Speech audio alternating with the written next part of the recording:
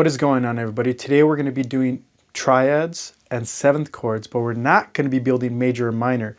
We're going to have an understanding of the building blocks to make major, minor triads or seventh chords, meaning what letters go into it to start making major or minors. So if you're interested in that, we're going to be playing a couple games today. Go ahead and grab a piece of paper and a pencil. I want you to write this stuff out as well. So let's get started. What's going on, everybody? This is Dan from Dan Moto Music, and on this channel we cover guitar lessons, piano lessons, music theory, music composition, and motorcycle videos to my music as well, just to kind of keep it fun. So as stated, today we're going to do triads and seventh chords, not major or minor, that's in another video, but this is the foundation so you understand what letters go into building major triads or minor triads or seventh chords as well. So the first thing you want to understand is how many letters are on the musical alphabet to start building? Well, if we were to start from A today, it's A, B, C, D, E, F, G. And I like to round it out by going back to A just so you understand it never ends. It's a cycle. A, B, C, D, E, F, G, A. A, B, C, D, E, F, G, A. And we will number those with 1, 2, 3, 4, 5, 6, 7, and 8. If you were to do this on every starting letter, let's say B, C, D, E, F, G, A, B, or C, C, D, E, F, G, A, B, C. This is the game we're playing. The letter you start on is the letter you end on. From here, you will build them into triads. Well, how do you build triads? Well, a triad consists of a 1, a 3, and a 5. It doesn't matter, guys, for now, if it's a major triad or a minor triad. You will still need these same letters. Let's say A. You will need an A from the 1 degree, a C from the 3rd, and a G from the 5. Now, I could go further and say what determines major and minor, but for now, once again, you just need to understand in this video, to keep it simple, a 1, 3, 5 in A consists of some type of A, some type of C, and some type of E. That's huge, because then from there, that will determine by adding a sharp or flat what makes it a major or minor, a diminished or augmented. But let's keep it simple in this video. We'll build another video to help you understand that. I don't like to put too many things in a video. So if I wanted to do this with the B, I would go to the 1, 3, 5 in the B column, or B row, I should say, and I would need a B, a D, and an F. Once again, don't know if it's major or minor. I just know I need a B, D, and an F to build a major or minor chord. Same thing with the next column, C, C, E, G.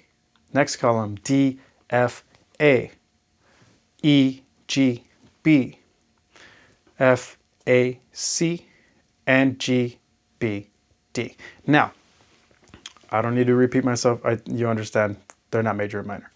But to build into a seventh chord now, I would only need to add the 7th degree on top. So now I'm looking at the 1, the 3, the 5, and the 7 of each column. So if I were to start on A, I would need an A, C, E, and a G to build a 7th chord major or minor, or whatever else.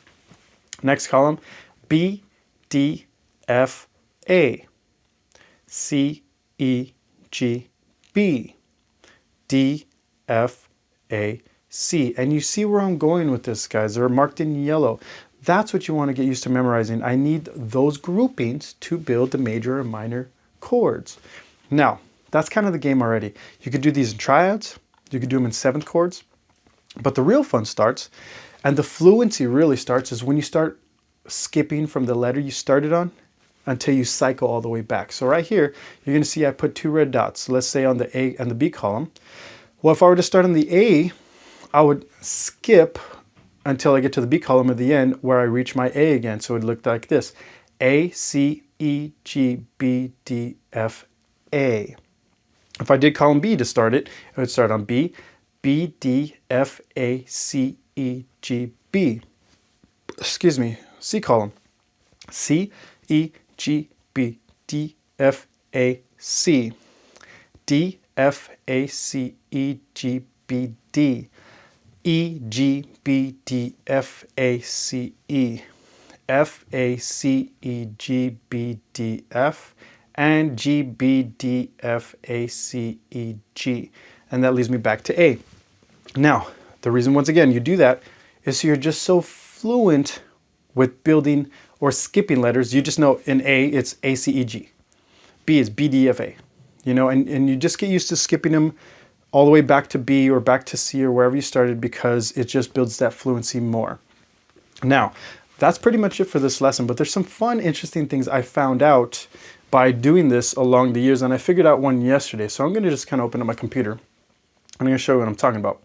So when I started this, I figured out some interesting things a couple years ago. When you look from left to right, obviously, they're going to be in the right order, A through A, B through B. But if you were to actually look at this in columns up and down, it's still the right order in scale degree 1. If you go from A down, it's A, B, C, D, E, F, G, A.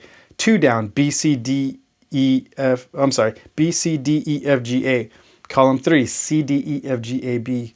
What's cool about music, guys, is that there's always patterns, especially in theory. When you study theory, there's always patterns, but the same thing on instruments, there's patterns on scales and stuff like that.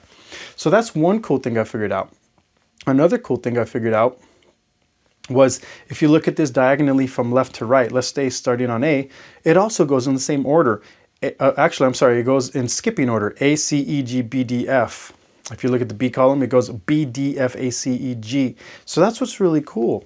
And when I was putting this together, I figured out is if you go from right to left, they actually respell out the whole A letters or the B letters. So if I were to start on scale degree 8 and go left, notice how you see all your A's lined up or your B's lined up, or any of them really. And those are some really cool things I found out about this. But once again, guys, this video is just to help you understand the letters you need to build a triad. Doesn't matter for now if it's major or minor. And same thing for the seventh chords. Get fluent with skipping from triads to seventh chords, and also skipping from A to A. And on the next video, we'll go ahead and start building your major chords. And in another video, we'll build your minor chords. But get this down first, because if you can't get the letters, you'll never get the right groupings of the triads or seventh chords. Thank you guys for watching this video, and I'll see you on the next one.